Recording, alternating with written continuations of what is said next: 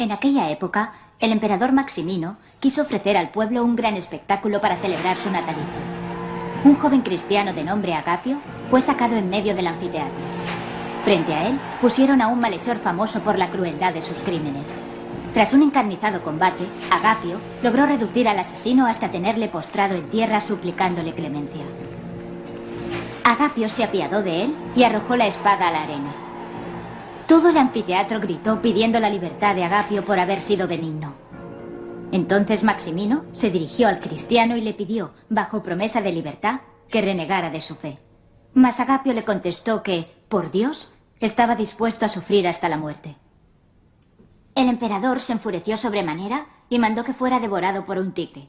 Tras el enfrentamiento con el animal, Agapio quedó muy mal herido, pero aún con vida.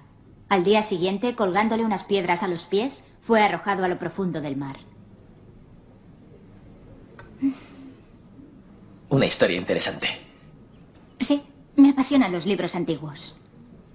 ¿Quién te lo ha enviado? El profesor Zimmerman. Está en Oriente Medio excavando tumbas de los antiguos cristianos. Ya. ¿Y qué se supone que tienes que hacer con él? Traducir y clasificar las historias que hay escritas. Un momento, mira esto. ¿Esto no es latín? No. Por el tipo de escritura yo diría que es arameo. Pero este tipo de lenguas no son mi especialidad. Aquí puede poner cualquier cosa. Ponlo en internet. A lo mejor alguien sabe su significado.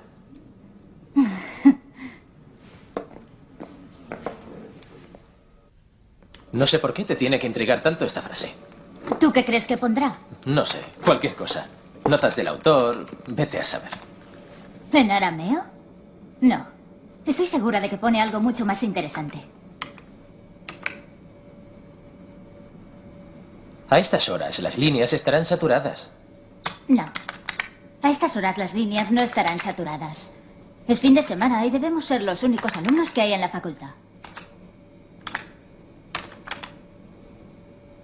Mira, está Salvatore. Pero este seguro que no sabe nada sobre lenguas antiguas. Lo suyo es la revolución industrial. No los conozco a todos, siempre aparece gente nueva. Hola a todos. Harry y yo hemos encontrado esta inscripción en un libro antiguo. ¿Alguien puede traducirla?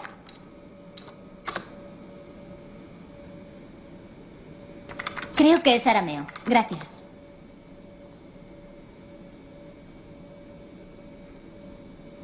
Hola, Nadia. Esta vez no te puedo ayudar. Lo siento. Es posible que sea arameo, pero esta lengua tiene muchas variantes. Saludos a Harry.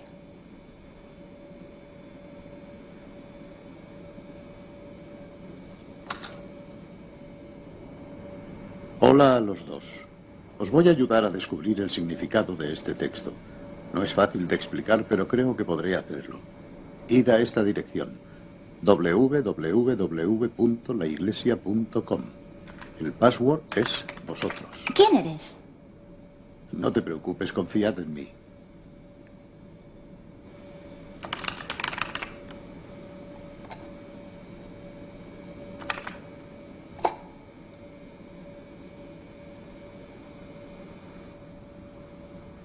Increíble.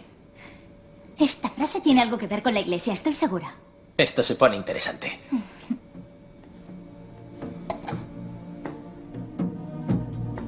Jerusalén, varios días después de la muerte y resurrección de Jesucristo. Los apóstoles estaban escondidos en una pequeña casa por miedo a los judíos. La Virgen y algunas mujeres estaban con ellos. Esperaban la venida del Espíritu Santo, tal y como les había prometido Jesús antes de subir a los cielos. De repente se produjo un gran ruido y un viento fuerte invadió toda la casa donde estaban, abriendo de par en par puertas y ventanas. Aparecieron lenguas de fuego que se posaron sobre cada uno de ellos, quedando todos llenos del Espíritu Santo. En ese instante sus mentes se llenaron de sabiduría. De golpe entendieron todo lo que Jesús les había enseñado a lo largo de los años. Y salieron a la calle, ya sin miedo, y comenzaron a hablar en lenguas extrañas, predicando el reino de Dios a todo el mundo. Las palabras salían a raudales de sus bocas, inspiradas por el Espíritu Santo. Pedro tomó la palabra y les habló de Cristo resucitado, y muchos muchos de los que le rodeaban se acercaron preguntando: ¿qué es lo que debemos hacer, hermanos? Haced penitencia y bautizaos en el nombre de Jesucristo. Así se os perdonarán vuestros pecados y recibiréis la fuerza del Espíritu Santo para ser cristianos. Con la venida del Espíritu Santo empezó la vida pública de la Iglesia. El primer día ya eran 3000 más. ¿Qué os parece? No está nada mal, pero todavía no nos has dicho el significado de la frase. Aún no es el momento. Yo creo en Dios, pero que yo sepa, Jesús nunca habló de la Iglesia. Me entristece que digas eso, pero entiendo que es por falta de conocimientos. Cuando conecté con vosotros os dije que os ayudaría a descifrar el sentido de la frase, y es lo que estoy haciendo. Vamos por buen camino. La siguiente contraseña es mundo. La historia de las relaciones entre Dios y los hombres viene relatada en la Biblia. Es por esto que se llama historia sagrada. Dios siempre ha estado en contacto con nosotros, y lo sigue estando. El Antiguo Testamento relata cómo Dios creó el mundo y puso a Adán y Eva en el paraíso terrenal donde tenían de todo.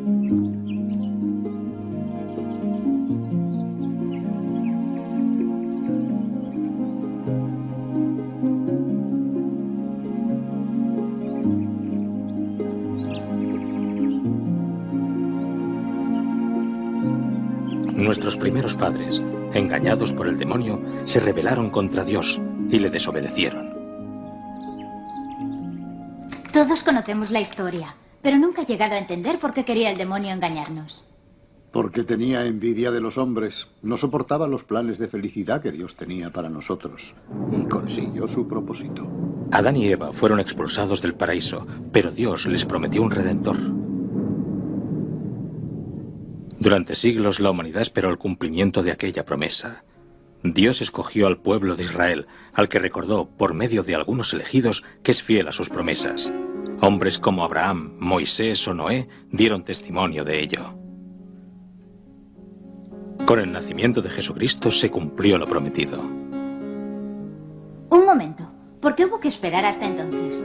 ¿No lo podía haber hecho alguno de los profetas? Porque solo una persona que fuese a la vez Dios y hombre podía restablecer la amistad perdida desde el pecado de Adán y Eva. Y como sabéis, Jesucristo es el Hijo de Dios hecho hombre. Toda la vida de Cristo es una gran enseñanza para todos nosotros. Por eso, ser cristiano no es solo aceptar a Cristo, hay que tratar de imitar toda su vida. No solo cuando predicaba a las gentes, sino mientras trabajaba de carpintero, amando a José y a María, cuando reía e incluso en su descanso. Cristo no solo vino a liberarnos del pecado, sino también a enseñarnos cómo hay que vivir para llegar al cielo. A los 30 años, Jesucristo comenzó a predicar de forma pública y poco a poco fue reuniendo a su alrededor a quienes aceptaban su palabra y se hacían discípulos suyos. Durante 3 años preparó a los apóstoles para poder enviarlos en su nombre por todo el mundo. Entre sus apóstoles, Jesús escogió a Pedro como cabeza, pastor y guía de toda la iglesia. Tú eres Pedro, y sobre esta piedra edificaré mi iglesia. Te daré las llaves del reino de los cielos, y cuanto ates en la tierra será atado en los cielos. ¿Llaves? ¿Qué llaves? Las llaves simbolizan la misión de gobernar la iglesia. El camino para alcanzar el cielo lo enseñan los sucesores de Pedro y los apóstoles, o sea, el Papa y los obispos.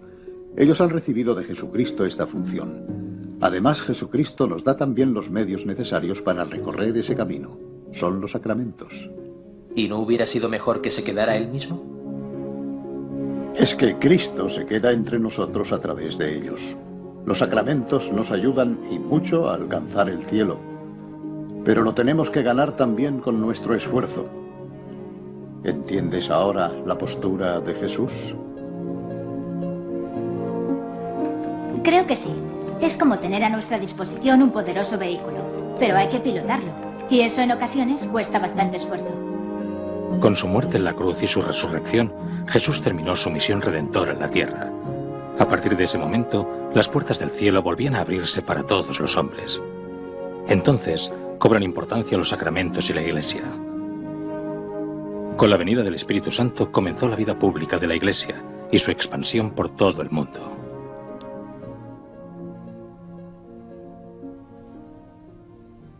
Entonces la frase del libro también tiene que ver con la formación de la Iglesia, ¿no? Bien. Pues creo que ya estamos preparados para que nos des su traducción. ¿De verdad creéis que estáis preparados? ¿Seríais capaces de explicarme cómo funciona por dentro la Iglesia? No. Entonces usad el password todos para seguir adelante.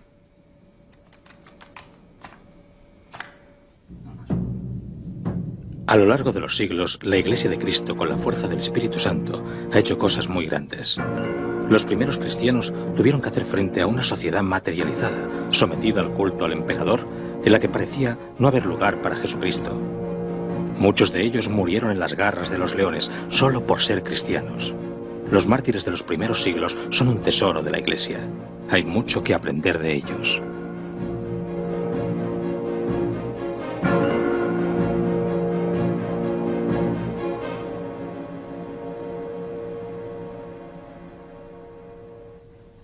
También en nuestros días hay mártires, mártires de los grandes totalitarismos de nuestro siglo, mártires en las guerras de religión y mártires escondidos que no sufren martirio físico, sino moral, porque son arrinconados por ser cristianos. La Iglesia, por ignorancia e incomprensión, ha sido perseguida a lo largo de los tiempos.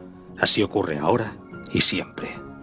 Los cristianos han contribuido a crear universidades, escuelas, centros asistenciales.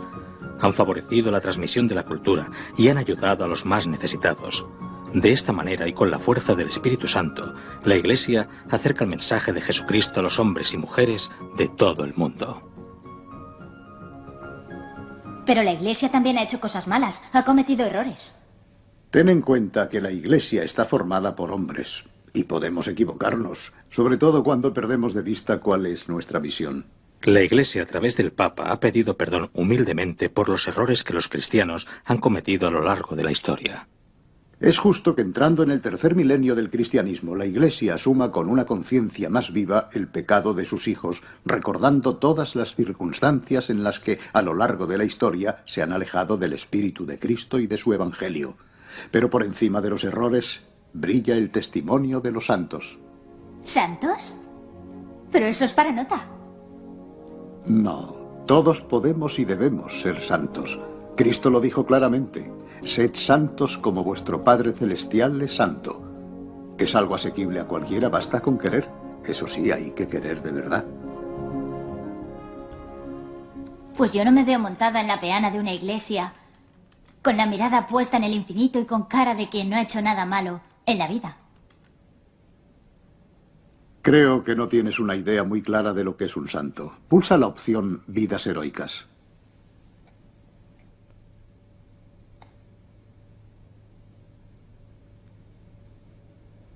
Pues yo no me imaginaba una lista tan larga. ¿De qué siglo lo quieres? No me importa, uno cualquiera. ¿Cuál es el último de la lista?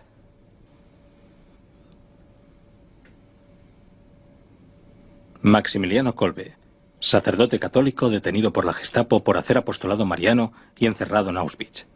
Se ofreció a ocupar el lugar en el patíbulo de un sargento polaco, padre de familia.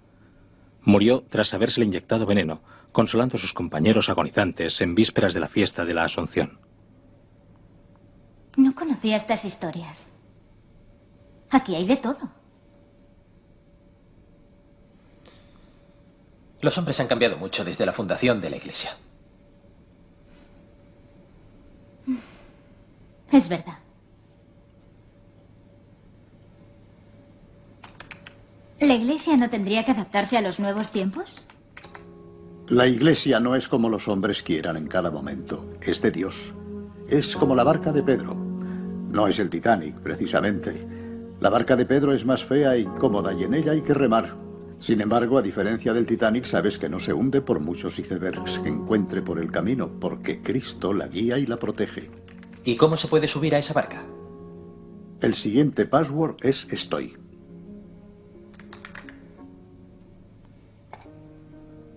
Una vez que recibimos el bautismo, entramos a formar parte de la Iglesia.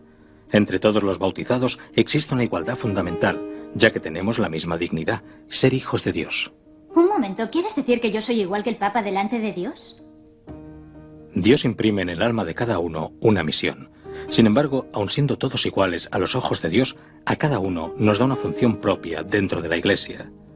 A unos pocos, Dios quiso darles una especial autoridad para enseñar, administrar los sacramentos y guiar a los demás fieles cristianos.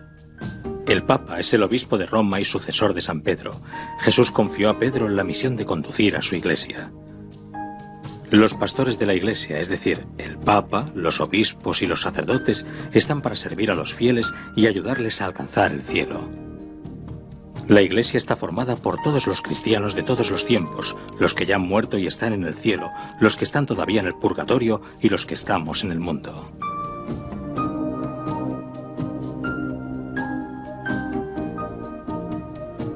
Zapateros, electricistas, médicos, políticos, empresarios, amas de casa y estudiantes, personas mayores y colegiales, de todos los colores y razas, de cualquier condición social. Se saben cristianos, esto es, hijos de Dios y miembros de la Iglesia.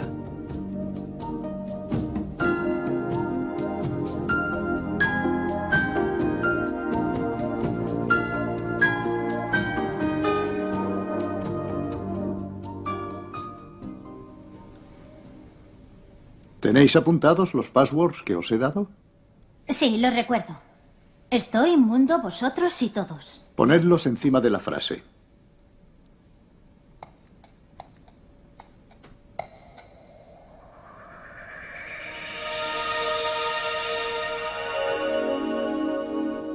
Y sabed que yo estoy con vosotros todos los días hasta el fin del mundo. Claro, ya lo entiendo. Por supuesto. Ahora ya sé qué tiene que ver esta frase con la Iglesia. Jesucristo funda la Iglesia para quedarse con nosotros a través de ella. Gracias por tu ayuda. He hecho lo que tenía que hacer. ¿Quién eres? ¿Cómo puedo volver a conectar contigo? No importa, soy un amigo. Vaya, se ha cortado la conexión. ¿Qué debe significar JP? Está claro que son unas iniciales. Ya, ¿pero de quién?